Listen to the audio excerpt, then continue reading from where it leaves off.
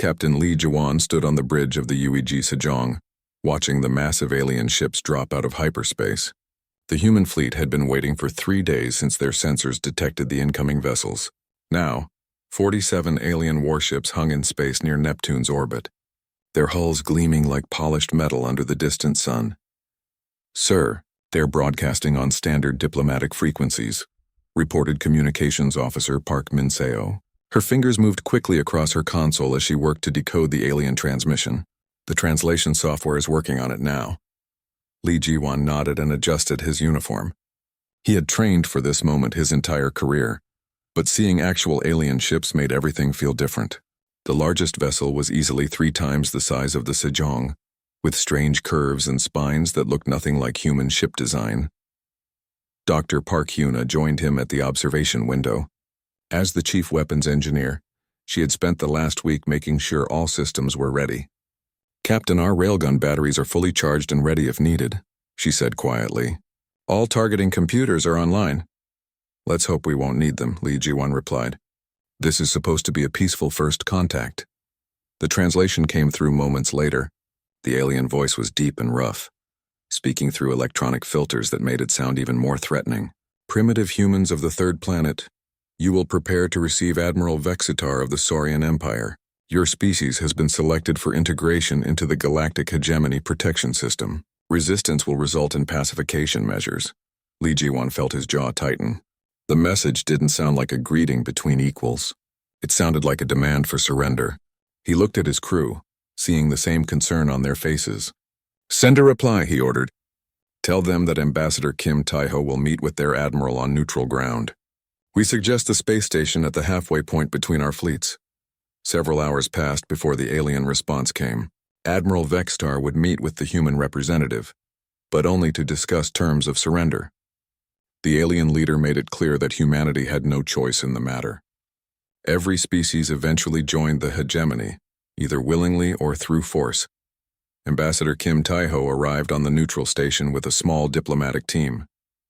The meeting room had been prepared with both human and alien atmosphere zones, separated by a clear barrier. When Admiral Vexitar entered, Kim Tae-ho understood why they called them Saurians. The alien leader looked like a giant lizard walking on 2 legs, with scales that shifted color in the light and eyes like yellow glass. "Human," Admiral Vexitar began without introduction. "Your species will submit to hegemony authority. You will provide tribute, accept our guidance, and cease all military development. In return, we will protect you from other hostile species in the galaxy." Kim Tae-ho had been a diplomat for 30 years. He recognized a protection racket when he heard one. "Admiral, humanity appreciates your offer, but we prefer to maintain our independence. Perhaps we can discuss a trade agreement or alliance instead." The alien leader made a sound that might have been laughter. "Independence? Your species has barely left its home system. You use primitive chemical rockets and simple kinetic weapons. The galaxy is full of dangers you cannot imagine. Without our protection, you will be destroyed within a generation. We're stronger than we might appear," Kim Tae-ho said calmly. Admiral Vexitar gestured to his aide, who activated a holographic display. The images showed dozens of different alien species, all bowing before Saurian leaders. Every species believes they are strong until they meet superior force. The hegemony controls 3,000 star systems. We have weapons that can crack planets and shields that can stop any attack. Your little ships are toys compared to our fleet." Kim Tae-ho maintained his diplomatic smile, but inside he was calculating. The aliens clearly thought humans were weak and primitive. They had scanned the human ships and found nothing that impressed them. This might actually work to humanity's advantage. Perhaps a demonstration would help both sides understand each other better, Kim Tae-ho suggested. "There's an asteroid about 2 million kilometers from here. Maybe both our fleets could show their capabilities?" Admiral Vexitar's eyes glittered with amusement. "Very well. We shall demonstrate why resistance is futile." Back on the Sejong, Captain Li Jiwan received the diplomatic report with interest. The aliens wanted to show off their weapons. This was perfect. "Dr. Park, prepare Railgun Battery Alpha for a precision shot. I want a clean demonstration." Dr. Park Hyuna smiled as she worked at her console. "Target selected, Captain. It's a nickel-iron asteroid about 2 kilometers across. Perfect for showing what our weapons can do." The alien fleet moved into position first. One of their smaller ships, still larger than any human vessel, aimed its weapons at the target asteroid. Brilliant beams of superheated plasma lanced across space, striking the asteroid with tremendous force. The rock glowed white-hot and split apart, the pieces tumbling away in all directions. Impressive, Li Jiwan admitted. The plasma weapons had completely destroyed their target in seconds. Now let's show them what humans can do. The Sejong turned toward a different asteroid, this one even larger than the first target. Dr. Park's fingers danced across her controls as she programmed the railgun system. Firing solution locked. Projectile loaded and ready. Charging sequence initiated. Fire when ready, Li Jiwan ordered. The railgun fired with barely a whisper of sound. A tungsten projectile, no bigger than a baseball, accelerated down the ship's main gun barrel. Electromagnetic fields pushed it faster and faster until it reached 3% of light speed. The projectile crossed 2 million kilometers in less than 20 seconds. The impact was spectacular. The asteroid didn't just break apart, it vaporized. The kinetic energy of the projectile, moving at 30,000 kilometers per second, converted instantly to heat and light. For a brief moment, a new star bloomed in space before fading away. On the alien flagship, Admiral Vextar's science officer studied the sensor readings with confusion. "Sir, I'm detecting electromagnetic signatures from the human vessel, but the energy output doesn't match any known weapon system." "What kind of weapon was that?" Admiral Vextar demanded. "Unknown, sir. The projectile appears to have been solid matter, accelerated to extreme velocity. Perhaps some kind of nuclear device with an unusual delivery system." Admiral Vextar stared at the empty space where the asteroid had been. The human weapon had been more destructive than his plasma cannons, but the delivery method made no sense. How could they accelerate solid matter to such speeds without massive energy signatures? Primitive magnetic acceleration, the science officer concluded. Probably adapted from their mining equipment. Crude but effective for demonstrations. The Admiral nodded, satisfied with this explanation. The humans had gotten lucky with some kind of enhanced mining tool. It was still far inferior to proper plasma weapons technology. "Send a message to the human commander," he ordered. "We are impressed by their creativity. However, our offer remains unchanged. They have 30 standard time cycles to accept hegemony protection or face pacification measures." Back on the Sejong, Captain Li Jiwan watched the alien fleet begin to withdraw. "They're leaving, but they'll be back," he observed. "Dr. Park, what's your assessment of their reaction?" Dr. Park Huna reviewed the sensor logs from the demonstration. They detected our electromagnetic signatures but completely misunderstood what they were seeing. "I think they believe our railgun is some kind of primitive chemical weapon." "Good," Li Jiwan said. "Let them keep thinking that. Send a message to Earth Command. Tell them we need the defense fleet ready in 30 days. And Dr. Park?" "Yes, Captain?" "Make sure all our railguns are ready for visitors. I have a feeling the aliens won't be so polite next time." Ambassador Kim Tae-ho returned to the Sejong with a full report on the alien demands. The hegemony expected complete surrender, tribute payments, and the end of human military development. In return, they offered protection from other alien threats. "It's a classic protection racket," Kim Tae-ho explained to the senior staff. "They conquer species by making them dependent, then drain their resources over generations. Every species they showed me looked defeated, broken. Not happening to us," Li Jiwan declared. "Dr. Park, how long until our railgun upgrades are complete?" 2 weeks for the basic improvements, Captain. Dr. Yoon's team is working on extended range projectiles that should reach 8 million kilometers. We're also developing smart munitions that can adjust their course during flight. Li Jiwan nodded with satisfaction. The aliens thought they were dealing with primitives using mining equipment. They had no idea that humanity had turned electromagnetic physics into an art form. When the hegemony returned with their pacification fleet, they would learn the difference between plasma weapons and railguns the hard way. The countdown to war had begun, and humanity was ready. Intelligence analyst Zoran of the Celestial Federation sat in his Crystal Tower office, reviewing the data streams from the human encounter. As one of the galaxy's most respected military analysts, his opinion would help shape the hegemony's response to this new species. The holographic displays around him showed ship designs, weapon signatures, and tactical assessments from Admiral Vextar's fleet. "Interesting," Zoran muttered, his 4 eyes studying the electromagnetic readings from the human demonstration. The Celestials were known for their careful, methodical approach to warfare. They never rushed into battle without understanding their enemy completely. His assistant, a younger Celestial named Kaelon, floated nearby. "Sir, the preliminary report suggests the humans possess some form of magnetic acceleration technology. Should we classify this as a significant threat?" Zoran's tentacles waved dismissively. "Magnetic acceleration is ancient technology. Our ancestors used similar systems for cargo transport thousands of cycles ago. The humans have simply adapted industrial equipment for military use. Crude but predictable." The analyst pulled up comparison charts showing various galactic species and their technological development patterns. Every civilization followed similar paths: chemical propulsion, then fusion drives, plasma weapons, energy shields, and finally gravitational manipulation. The humans appeared to be stuck in the early magnetic phase. "Calculate maximum theoretical performance for magnetic acceleration systems," Zoran ordered his computer. "Assume primitive power generation and basic material science." The results appeared instantly. Maximum effective range 50,000 kilometers. Maximum projectile velocity. Chemical propellant limitations suggest no more than 10 kilometers per second. Threat assessment: minimal against standard fleet formations. Zoran nodded with satisfaction. The numbers confirmed his analysis. The humans had shown impressive destructive power against a stationary asteroid, but that meant nothing in real combat. Moving targets, defensive maneuvers, and electronic countermeasures would make their primitive weapons useless.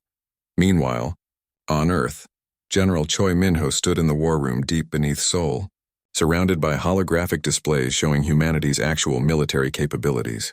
The contrast with the alien assessment couldn't have been greater. "Dr. Yoon, give me the real numbers," General Choi said to the physicist working at the central console. Dr. Yoon Sora looked up from her calculations. "Current railgun systems have an effective range of 8 million kilometers, General. Our latest prototypes are reaching projectile velocities of 15% light speed. The new smart munitions can track targets and adjust course during flight." General Choi whistled softly. The aliens thought humans could barely hit targets at 50,000 kilometers. They had no idea that human railguns could reach across entire solar systems. "What about the power requirements? Can our ships sustain combat operations?" "The fusion reactors can fire continuously for hours," Dr. Yoon replied. "We've also solved the heat dissipation problem with the new magnetic cooling systems. Our ships can maintain maximum firepower much longer than traditional plasma weapon platforms." Across the galaxy, War Chief Graktor of the Orcish Dominion was volunteering his services to the hegemony leadership. The massive alien stood 3 meters tall, covered in battle scars and wearing armor made from the bones of defeated enemies. His species had conquered dozens of worlds through sheer brutality and overwhelming force. "Give me 200 ships and 1 cycle," Graktor growled at the Hegemony Council. "I will bring these humans to heel. Their magnetic toys will break against Orcish steel." The council members exchanged glances.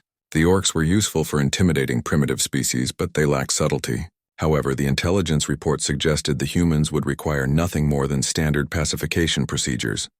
"Very well," Supreme Chancellor Kel'Thuzad declared. "War Chief Graktor will lead the pacification fleet. Standard deployment: plasma cruisers, fighter squadrons, and troop transports for planetary occupation." Back in his analysis center, Zoran was finalizing his threat assessment report. He had compared human capabilities to every known species in the galactic database. The conclusion was obvious. Humans represented a negligible military threat. The species designated humans possess early-stage magnetic acceleration technology, he dictated to his recording system. Maximum engagement range estimated at chemical propulsion limits. Recommend standard pacification protocols. Fleet size: 200 vessels should provide adequate overwhelming force. Expected casualties less than 5%. The report spread through hegemony intelligence networks within hours. Military commanders, fleet admirals, and planetary governors all received the same assessment. Humans were primitives with crude weapons who would surrender quickly when faced with superior technology.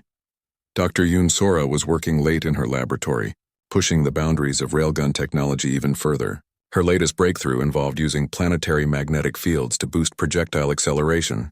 The prototype system could theoretically reach 25% of light speed. The key is synchronizing the ship's railgun with the planet's natural electromagnetic field, she explained to her research team. We can use the entire world as part of the acceleration system. Her assistant, Dr. Kim Dong-jun, looked at the power calculations with amazement. The kinetic energy at these velocities, a single projectile would have the destructive force of a nuclear weapon. More than that, Dr. Yoon corrected. At 25% light speed, even a small projectile becomes a relativistic weapon. The aliens won't just be facing bullets. They'll be facing miniature meteor impacts. The Hegemony intelligence services were comparing notes across multiple species. The reptilian saurians, the Celestial Federation, the Orcish Dominion, and dozens of other races all reached the same conclusion about human capabilities. Magnetic acceleration was old technology, limited by primitive power sources and basic materials. Previous encounters with magnetic acceleration species have followed predictable patterns, read one intelligence summary. Initial resistance collapses when faced with plasma bombardment at extended range. Recommend maintaining safe distance of 100,000 kilometers to avoid primitive projectile weapons. General Choi Min-ho was reviewing similar intelligence about alien tactics. Human spy networks had been monitoring hegemony communications for months, building a complete picture of their military doctrine. They always attack from 100,000 kilometers, he noted, studying the tactical patterns. Their plasma weapons are most effective at that range, and they believe it keeps them safe from primitive kinetic weapons. That's perfect for us, Dr. Yoon observed. Our railguns can reach them easily at that distance, but their intelligence suggests they think we can't hit anything beyond 50,000 kilometers. The alien pacification fleet was already assembling at a staging area near the edge of human space. War Chief Graktor strutted through his flagship, inspecting weapons and crew. His ship carried enough firepower to level continents, supported by a fleet designed to overwhelm any resistance. How long will this take? Asked his tactical officer, a scarred orc veteran of dozens of conquests. 1 day, maybe 2, Graktor replied confidently. The humans will see our fleet and surrender immediately. Their magnetic mining tools cannot threaten ships of the Dominion. The Orcish crews were already planning the victory celebration. They had studied the intelligence reports and knew exactly what to expect. Primitive weapons with limited range and low destructive power. The battle would be over before it began. Zoran was putting the finishing touches on his comprehensive analysis when an aide brought him additional data from the human demonstration. Sir, there are some unusual electromagnetic signatures in the detailed sensor logs. The energy patterns don't quite match our models for magnetic acceleration. The analyst barely glanced at the new data. Sensor interference from their primitive reactor systems. Nothing significant. He had already spent weeks on this analysis and reached his conclusions. The humans were exactly what they appeared to be, a young species with limited technology. The final intelligence report was distributed throughout the hegemony. Every commander, every strategist, and every fleet admiral received the same assessment. Humans possessed crude magnetic weapons with maximum range of 50,000 kilometers. Projectile velocities were limited by chemical propulsion physics. Threat level, negligible. Dr. Yoon Sora was testing her latest railgun prototype when the news arrived. General, our long-range sensors are detecting alien fleet movements. They're assembling a large force at the edge of our space. General Choi nodded grimly. How many ships? Approximately 200 vessels, sir. Mix of cruisers, fighters, and what appear to be troop transports. Perfect, General Choi said with a cold smile. They're bringing exactly the kind of fleet our intelligence predicted. Large, slow, and designed for intimidation rather than actual combat. The countdown to battle had begun, and both sides were confident of victory. The aliens believed they faced primitives with mining equipment. The humans knew they were about to demonstrate the true power of electromagnetic warfare. In 30 days, one side would learn just how wrong their intelligence could be. War Chief Graktor stood on the bridge of his flagship, the Blood Crusher, watching his pacification fleet drop out of hyperspace at the edge of the Sol system.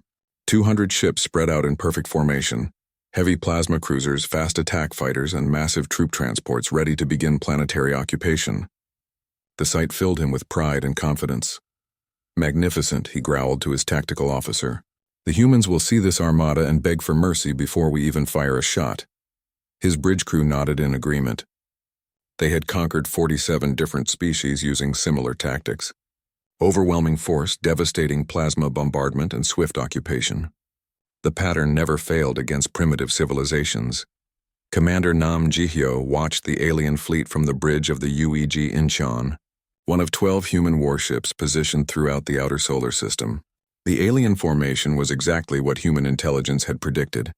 Large, intimidating, and completely unprepared for what they were about to face. All ships, this is Commander Nam, she broadcast on the tactical frequency. Enemy fleet has arrived as expected. They're maintaining standard hegemony formation at 5 million kilometers. Begin charging railgun batteries. Lieutenant Colonel Oh Dong-yeon worked quickly at his tactical station, coordinating targeting data between all human ships. Ma'am, we have firing solutions on the lead elements of their fleet. Enemy ships are holding steady course and speed. They don't appear to be scanning for threats at our current range. Perfect, Commander Nam replied. They think we can't touch them from here. Let's show them how wrong they are. War Chief Graktor was reviewing his battle plan when the first impacts hit his fleet. The Orcish sensors detected incoming projectiles only seconds before impact. Far too late for defensive measures. The first plasma cruiser simply exploded, its hull torn apart by a tungsten projectile moving at 12% of light speed. What was that? Graktor roared as alarms began sounding throughout his ship. Where did that attack come from? His sensor officer, a nervous young orc, studied his displays with confusion. Sir, I'm detecting projectile impacts across the fleet, but I cannot locate the source. The attack range is impossible. More ships began exploding as the human railgun volley continued. The kinetic energy of each projectile was beyond anything the alien shields could handle. Designed to deflect plasma beams and particle weapons, the energy barriers were useless against solid matter moving at relativistic speeds. Admiral Song Ki-woo monitored the battle from his command center on Luna Base. As Supreme Commander of Human Space Forces, he had spent months planning this defense. The aliens had walked directly into humanity's trap. Status report, he requested from his communication officer. First volley achieved 87% hit rate, Admiral. Enemy casualties currently at 34 ships destroyed, 17 heavily damaged. Our ships are preparing second volley. Admiral Song nodded with satisfaction. The aliens still hadn't figured out where the attacks were coming from. Their sensors couldn't detect railgun signatures at extreme range, and the projectile travel time meant human ships could fire multiple volleys before the first one hit. War Chief Graktor watched in horror as his fleet continued to take losses. Plasma cruisers were breaking apart. Fighters were spinning out of control with massive holes punched through their hulls. And even his heaviest ships were taking crippling damage. How are they hitting us from this range? He demanded. Their weapons are supposed to be primitive magnetic accelerators with limited reach. His science advisor, one of the few intelligent members of his crew, was frantically analyzing the attack patterns. Sir, these projectiles are moving at significant fractions of light speed. The kinetic energy is enormous. I believe our intelligence reports were incorrect about human capabilities. Impossible. Graktor slammed his fist on his command chair. The Celestial Federation analyzed their technology personally. Magnetic acceleration cannot achieve these velocities. The second human volley arrived as he spoke. The Blood Crusher shuddered as a railgun projectile tore through its port side, destroying 3 plasma cannon turrets and venting atmosphere into space. Emergency systems activated throughout the ship as damage control teams rushed to seal the breaches. Commander Nam Jihyo was coordinating the human fleet's movement as they prepared for the third volley. All ships begin evasive maneuvers. The aliens will figure out our positions eventually, and they do have superior numbers. Lieutenant Colonel Oh Dong-yeon updated his targeting solutions as the alien fleet finally began to react. Enemy ships are breaking formation, Commander. Some are attempting to close distance, others are trying to retreat. They appear confused and disorganized. Keep firing, Commander Nam ordered. We need to reduce their numbers as much as possible before they get within plasma range. The third volley was the most devastating yet.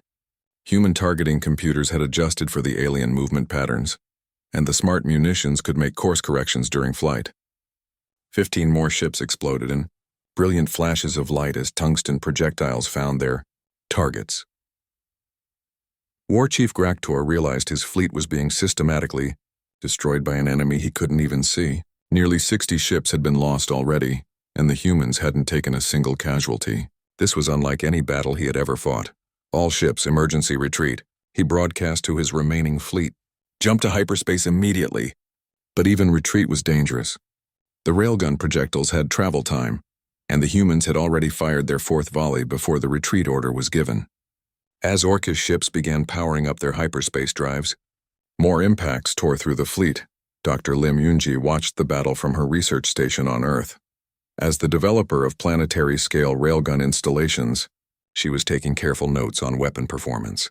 The ship-based railguns were working perfectly, but she knew humanity needed even more powerful weapons for future battles. The planetary installations will be ready in 2 weeks, she reported to General Choi. Minho. Using Earth's magnetic field as part of the acceleration system, we can achieve projectile velocities of 40% light speed. General Choi studied the battle report streaming in from the fleet. How many aliens escaped? Approximately 60 ships made it to hyperspace, sir. War Chief Graktor's flagship was among them, though it was heavily damaged. The surviving alien ships limped away from Sol system, many trailing debris and atmosphere. War Chief Graktor sat in his damaged command chair, trying to understand what had happened to his fleet. The humans had destroyed nearly 70% of his ships without taking any losses themselves. Send a message to the Hegemony Council, he ordered weakly. Tell them our intelligence was wrong. The humans are not primitive. Their weapons are far more advanced than we believed. His communication officer hesitated. Sir, what should I report about their capabilities? Graktor stared at the empty space where his fleet had been. I don't know. I still don't understand how they hit us from such impossible range. Tell the Council that standard pacification procedures have failed. The humans are dangerous. Back in Sol system, Commander Nam Jihyo was conducting a post-battle analysis with her officers. The human fleet had performed exactly as planned, using superior range and firepower to devastate the alien force. Damage report? She asked. Minor shield fluctuations on 3 ships, Commander. No significant damage to any human vessel. All railgun systems remain fully operational. Lieutenant Colonel Oh Dong-yun was already preparing for the next engagement. Ma'am, our intelligence suggests the aliens will likely send a larger fleet next time. They'll want to understand what happened here. Let them come, Commander Nam replied. Dr. Lim's planetary railguns will be online soon. The next alien fleet will face even worse odds than this one. Admiral Song Ki-woo was briefing the Earth government on the battle results. President An Seung-hwan listened carefully to the tactical summary, understanding the implications for humanity's future. They still don't understand our technology, Admiral Song explained. The survivors will report that humans have powerful weapons, but they won't be able to explain how railguns work. Their science is based on plasma and energy weapons. They don't think in terms of kinetic physics. What's our next move? President An asked. We prepare for escalation, sir. The hegemony won't accept this defeat. They'll send a much larger fleet, probably with their best commanders, but they'll still be thinking in terms of conventional energy weapons. War Chief Graktor's battered fleet reached the nearest hegemony base 3 days later. His after-action report sent shockwaves through the alien leadership. A primitive species had destroyed a standard pacification fleet using unknown weapons technology. Supreme Chancellor Kel'Thuzad read the report with growing anger. This is impossible. Our intelligence clearly showed that humans possess only basic magnetic acceleration devices. Perhaps War Chief Graktor is incompetent, suggested one council member. Orcs are not known for tactical brilliance. No, the Chancellor replied slowly. Something else is happening here. The humans have hidden capabilities we didn't detect. Prepare a larger fleet. I will personally oversee the next operation. The first battle of the human-alien war was over, but both sides knew it was only the beginning. Supreme Chancellor Kel'Thuzad stood before the Galactic Hegemony's War Council, his reptilian features twisted with rage. The holographic display showed the devastating losses from War Chief Graktor's failed pacification mission. 70% casualties against a primitive species was unacceptable. This cannot stand, he declared to the assembled alien leaders. The humans got lucky with some kind of enhanced mining equipment. No species can challenge hegemony authority and survive. Intelligence analyst Zoran shifted uncomfortably in his floating chair. The Celestial had been reviewing the battle data for days, trying to understand what had gone wrong. Chancellor, the energy signatures are still unclear. The humans may have weapons we don't fully comprehend. Nonsense, Kel'Thuzad snapped. Graktor is incompetent. He allowed his fleet to be surprised by crude magnetic accelerators. We will send a proper force this time. 2,000 ships under my personal command. The other council members exchanged worried glances. 2,000 ships was a massive fleet, enough to conquer entire star systems. Using such force against one primitive world seemed excessive. Captain Baek Sung-ho was leading humanity's first interstellar expansion when he received the news about the hegemony's military buildup. His small fleet of colony ships and escorts had been exploring nearby star systems, establishing human outposts beyond Sol. Captain, long-range sensors are detecting massive alien fleet movements, reported his navigation officer. They're assembling forces from across multiple sectors. Baek Sung-ho studied the intelligence reports with concern. The aliens were bringing everything they had to crush humanity. Send word back to Earth Command. Tell them the hegemony is escalating beyond all reasonable response. Dr. Lim Yoonji was putting the finishing touches on her planetary railgun installations when the warning arrived. Her breakthrough technology used Earth's own magnetic field as part of the acceleration system, creating weapons more powerful than anything mounted on spaceships. The planetary guns are ready for testing, she reported to Admiral Song Ki-woo. Each installation can fire projectiles at 40% of light speed. The kinetic energy at that velocity is enormous. Admiral Song reviewed the power calculations with amazement. How many installations do we have? 12 around the equator, 6 at each pole, Dr. Lim replied. Each one has the firepower of an entire battle fleet. If the aliens try to approach Earth directly, they'll face destruction beyond their imagination.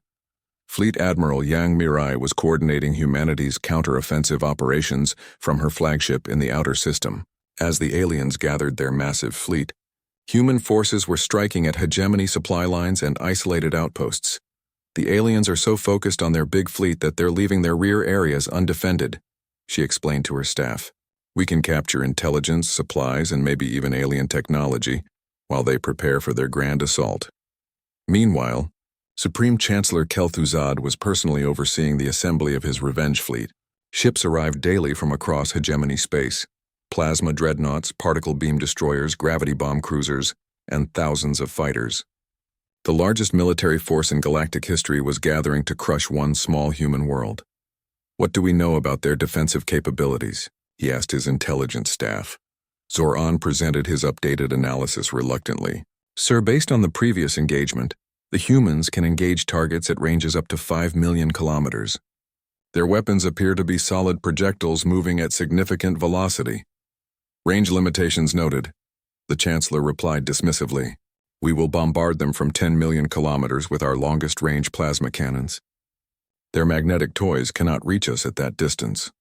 The celestial analyst wanted to point out that the humans had hit targets at 5 million kilometers easily, suggesting their maximum range might be much greater, but the Chancellor had already decided the humans were primitives who had gotten lucky once.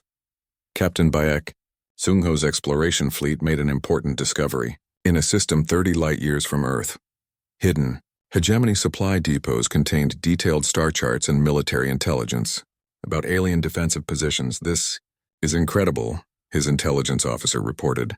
The aliens have detailed files on every species in the galaxy. According to these records, they've conquered over 3,000 different civilizations. Baek Sung-ho studied the alien database with growing understanding. The hegemony followed the same pattern with every new species. Overwhelming force, quick surrender, and then centuries of exploitation. They had never faced serious resistance from any conquered race. That's their weakness, he realized. They don't know how to fight a real war. They only know how to intimidate primitives into surrender. Dr. Lim Yoonji completed the first test firing of her planetary railgun system.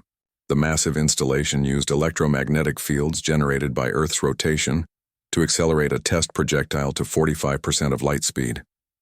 The kinetic energy release was visible from orbit as the projectile vaporized a small asteroid in the outer system. The power output exceeded all expectations, she reported excitedly. We can engage targets at distances up to 15 million kilometers with pinpoint accuracy. General Choi Min-ho was coordinating Earth's defense preparations when the scope of the alien response became clear. 2,000 ships. They're bringing their entire military to fight one human world. Let them come, Admiral Song replied confidently. They still think we're using mining equipment. When they see what our planetary guns can do, they'll understand their mistake. Supreme Chancellor Kel'Thuzad's massive fleet finally departed for Sol System after 3 months of preparation. The armada stretched across hundreds of thousands of kilometers, the largest military force ever assembled by the Galactic Hegemony. Every ship was equipped with the most advanced plasma weapons, particle beams, and energy shields available. The humans will surrender when they see this fleet, the Chancellor announced to his commanders. No species can stand against such overwhelming power. His tactical staff had developed a careful battle plan based on the previous engagement. They would approach to 10 million kilometers and bombard the human positions with long-range plasma fire. The humans' primitive magnetic weapons couldn't possibly reach that far. Fleet Admiral Yang. Mirai's raiders were causing chaos throughout hegemony space as the main alien fleet traveled toward Earth. Human ships appeared without warning, destroyed supply convoys, and vanished before reinforcements could arrive. "We've captured 14 alien outposts and over 30 supply ships," she reported to Earth Command. "The enemy technology is interesting, but their tactics are predictable. They rely too heavily on overwhelming force and intimidation. The stolen alien technology was proving very useful to human scientists. Dr. Yunsora's team was reverse engineering alien shield generators and power systems, finding ways to improve human defensive capabilities. Their energy shields are designed to stop plasma and particle weapons," she explained. "They have no defense against kinetic projectiles. It's like they've never encountered solid ammunition before." Captain Baeksungo's exploration fleet had established human outposts in 17 star systems by the time the main alien fleet reached Sol. The aliens were so focused on their revenge mission that they hadn't noticed humanity expanding across their former territory. "The hegemony is losing control of their outer regions," he reported. "Their member species are starting to rebel. Some are even requesting human protection." Supreme Chancellor Kel'Thuzad arrived at Sol System with his massive fleet, confident that overwhelming numbers would crush human resistance. 2,000 ships dropped out of hyperspace in perfect formation, their weapons charged and ready for battle. "Begin bombardment at maximum range," he ordered. "Show these primitives the true power of the galactic hegemony." The alien fleet opened fire from 12 million kilometers away, filling space with plasma beams and particle weapons. The display was magnificent, thousands of energy weapons firing simultaneously in a demonstration of raw destructive power. Dr. Lim Yunji watched the alien bombardment from her control center and smiled. The aliens were firing at empty space, trying to hit human positions that were much farther away than they realized. "All planetary installations prepare to return fire," she commanded. "Show them what real long-range weapons look like." Earth's railgun batteries opened fire in sequence, each installation launching projectiles at 45% of light speed. The tungsten slugs crossed 15 million kilometers in less than 2 minutes, striking the alien fleet with devastating effect.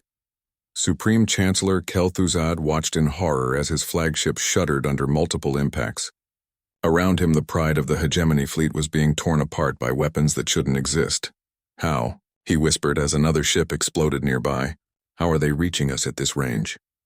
The second volley arrived before he could finish the question.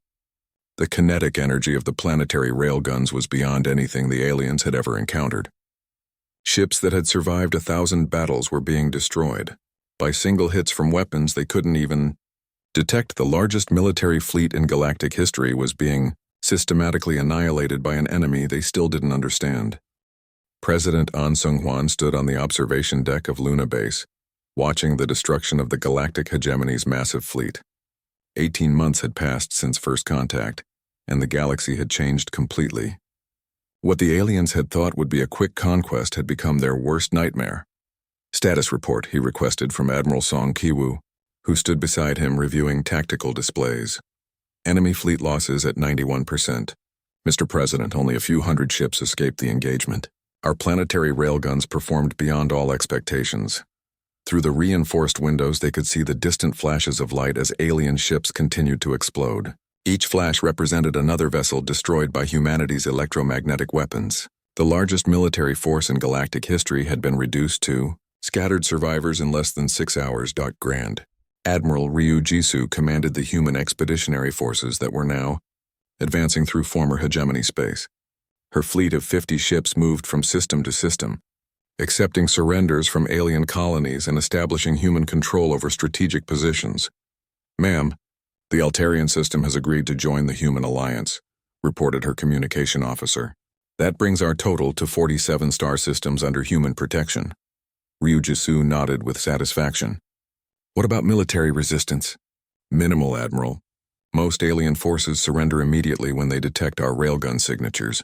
Word has spread about what happened to the Chancellor's fleet. The aliens were learning to fear the distinctive electromagnetic patterns that preceded human weapons fire. Species that had never known defeat were abandoning their positions rather than face humanity's kinetic weapons. Chief Scientist Won Hyuk was working in his laboratory on Mars, developing the next generation of railgun technology.